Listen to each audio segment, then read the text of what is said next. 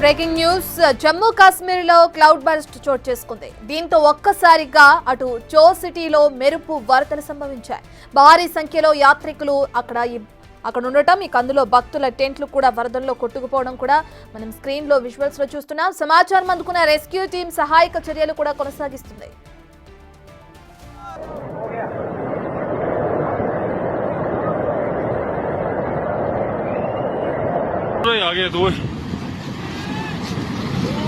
ओ तेरी उड़ जाओ, पीछे जाओ। पुल गया गया गया गया पुल गया गया गया भाई लोग, पुल चला गया। వాస్తవానికి మాచల్ మాత మందిరానికి వెళ్లే యాత్ర బేస్ పాయింట్ ఇదే. ఇక్కడే యాత్రికులు తమ వాహనాలుంచి కాలినడకన దర్శనానికి వెళ్తారు. ఇప్పుడు ఈ ఘటనలో 20 మందికి పైగా యాత్రికులు మృతి చెందారు. మరోవైపు 70 మందిని సహాయక బృందాలు రక్షించాయి. ఇక మరోవైపు మాచల్ మాత యాత్రను అధికారులు నిలిపివేశారు.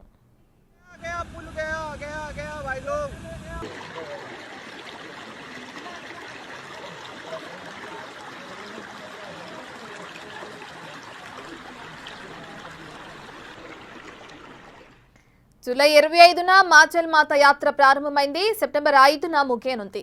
భారీ వరదల నేపథ్యంలో జమ్మూ కాశ్మీర్ సీఎంకి కేంద్ర మంత్రి అమిత్ షా ఫోన్ చేశారు.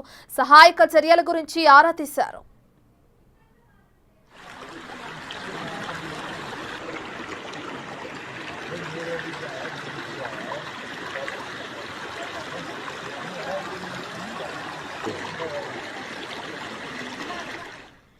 ఇక హిమాచల్ ప్రదేశ్ లో కూడా భారీ వర్షాలు కొనసాగుతున్నాయి.